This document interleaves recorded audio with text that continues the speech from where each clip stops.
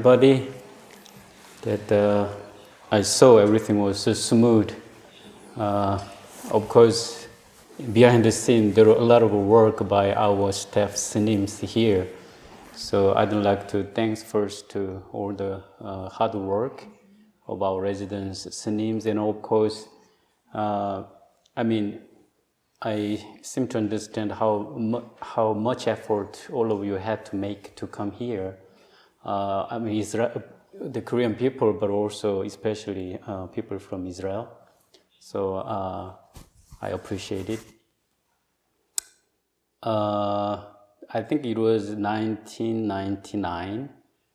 I was joining the Winter Kyol Che in the Providence Zen Center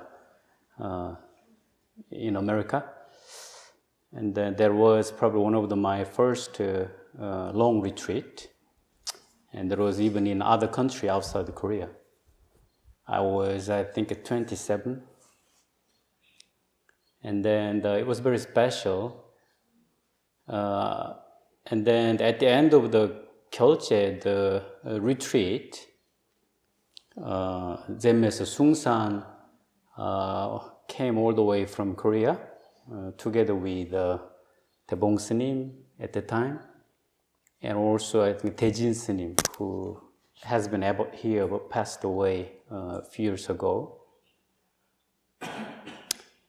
I remember because even this 1 night, 2 days retreat, I believe that gives a lot of you some kind of inspiration and something.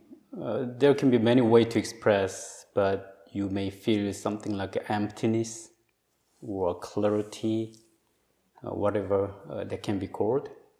So just imagine that some of you already have experience, but if not, imagine like after 2 months or 3 months retreat like this, your mind is, it's hard to really express. It can be emptiness, or it can be clarity, or it can be maybe disappointment, whatever. But any kind of experience so strong and deep, that moment. So I was in such kind of mindset at the time, and quite younger physically, because I was 27, although I was already monk. And then I was so excited because, the people who I really admire, love in my life, coming from all the way from Korea, like Zen Master Seung Sahn, Wol Sunim, and Dae Sunim, and Chongshim Sunim. So I was so excited, and then anyway, it was at the end of the retreat, and we just sat like this, and then Wol Sunim gave some speech, and then Zen Master Seung Sahn also gave some speech at the time. Zen Master Seung Sahn said, so everybody said 1 week or 1 month or 3 months retreat here, that's great. And human beings' life has no meaning. So that time, that really struck my mind. And I felt it was so true. I really felt connected with that. But then he said, his English, really kimchi English. So it was easy for me to catch because also my English wasn't even much worse than now. So he said, so human beings' life has no meaning. There's nothing. But this no meaning has a big meaning. And I could, again, there was even bigger hit. Because I was looking for something in life, and that was just 2 very simple lines that I could totally connect at the moment. We look back our life, it's really nothing. It's like just dream. There's no even one moment that we can bring back or hold. And next moment either. So what is that? It seems like really life's nothing. But I kind of felt that there is something really deeper than that. It's not just nothing.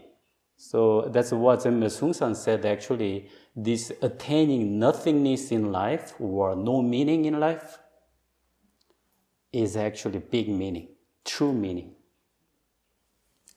So as we always recite in Heart Sutra, in the beginning, in emptiness, there is no form, no feelings, no perception, impulse, or consciousness.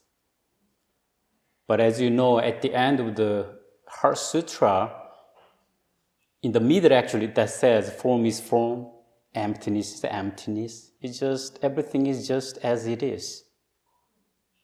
And at the end, it says also then, all the Buddhas, Bodhisattvas rely on to this great, teaching, and then they attain this gadegate paragate, which actually in word kind of wisdom, true meaning of life. So I think this is, I just wanted a little summarize what our practice is about and also our retreat is about. Just to share, so that year, 1999, actually Zen Master Tan Wol got transmission in the US, and that's why actually they came all the way. So at the end of all this event finished, his transmission ceremony finished, and then the group of people with Zen Master Seung Sahn from Korea planned to go to having some relaxed time before they go back to Korea. So they went to LA, and then I kind of struggled to go there because the Providence is in the East Coast. So I made it actually. I was able to go to the West Coast, to LA, where they were having some time before they go back to Korea. And they decided to go to Las Vegas. So, and then I couldn't just, I didn't know how to make it. I really wanted to join with all of them. And then, anyway, so I don't want to make it too long. So I made it. I was smart enough to, so they decide, and then I think probably Taesan Sanim told Taebong Sunim, you pay for him.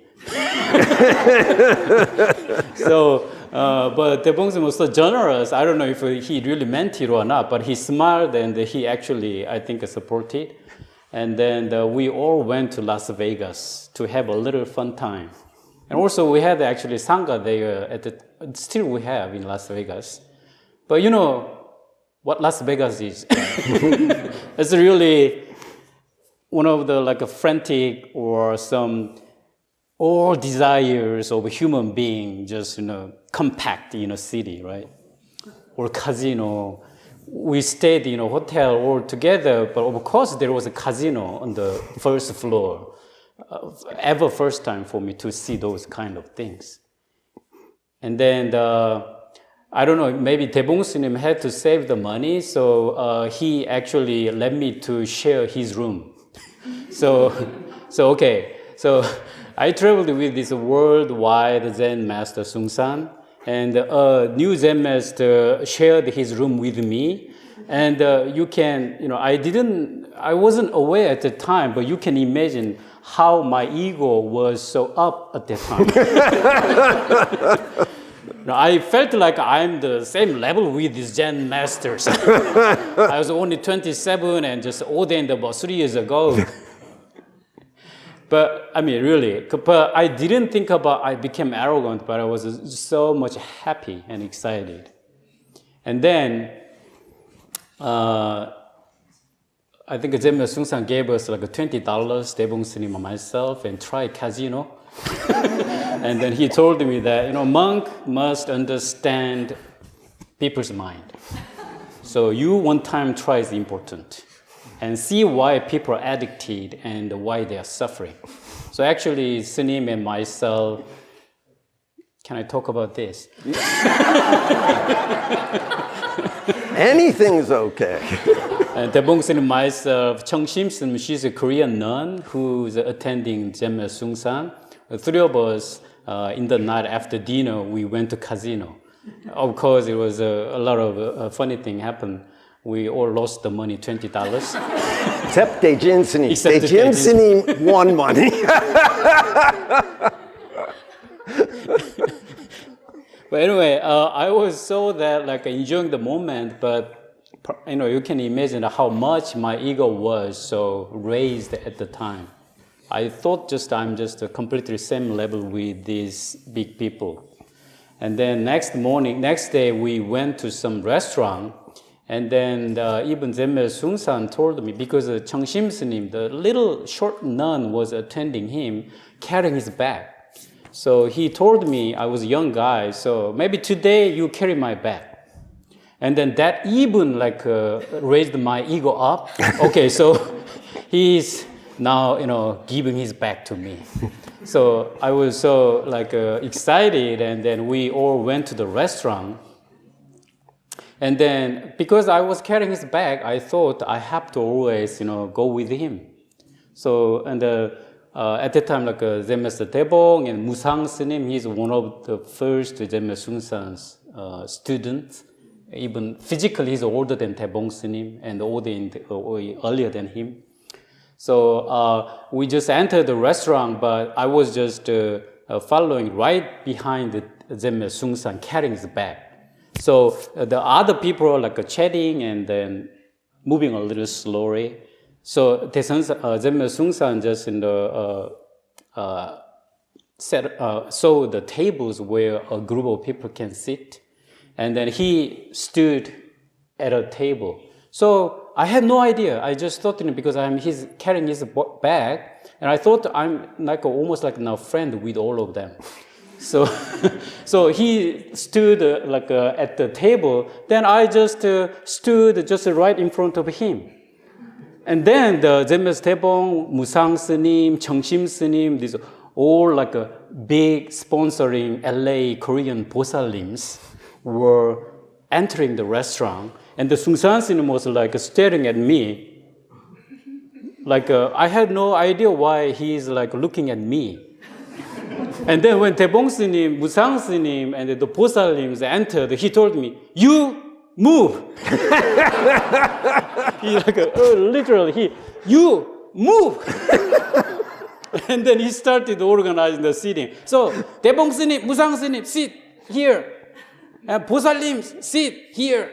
Chung Shim Sunim. And then you go. And I was so it was a real complete waking up moment. And then just no chance to think about why this is happening. I had to just a robot. I just moved. And then further.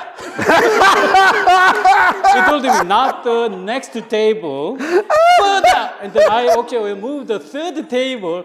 No, next one. And then I was just next to the wall. And then I saw exactly Daebong Sunim, Musangsa, even at the moment, and I glimpsed on their face, they were excited. They knew that. They knew that probably what would happen. And then they were kind of a little nutty, smiling face, and then they a little happy. You can sit there. It happened to us too. Yeah. So they knew that. They have the experience. So anyway, I just sat completely further, the last table just by the wall, with even the younger guys from the Zen Center in Las Vegas. So this is all about, I think, also form, right? It's not about what's right or wrong or correct or what's better. But as in Heart Sutra teaches us, originally nothing. In emptiness, there's no form, no feelings, no perceptions, impulses, consciousness. But without form, if you attach to form, definitely you will face a big trouble. You attach to your cultural form in other country, you face some problem. But on the other hand, if you attach to no form, you also face problem. be careful. Form, you attach to form and name, big problem. But if you attach to no form, no name, still problem. So that's the wisdom. That's why the Heart Sutra teaches us in the beginning, our original nature is emptiness. There's no such things. But in the middle, it teaches, but form is form, name is name, emptiness is emptiness. And then at the end, it teaches you attain gate gate paragate. That's wisdom. That's wisdom. And you are not going to be hindered by form. You are not going to be hindered by no form. So this retreat is more like we try to a little return to emptiness. But even during the retreat, you probably faced a lot of situations that we should be wise, not hindered by form or no form. So even after this retreat finish, return to your place, I hope this kind of fertilize your life, and then I hope to get together to practice soon. Thank you again.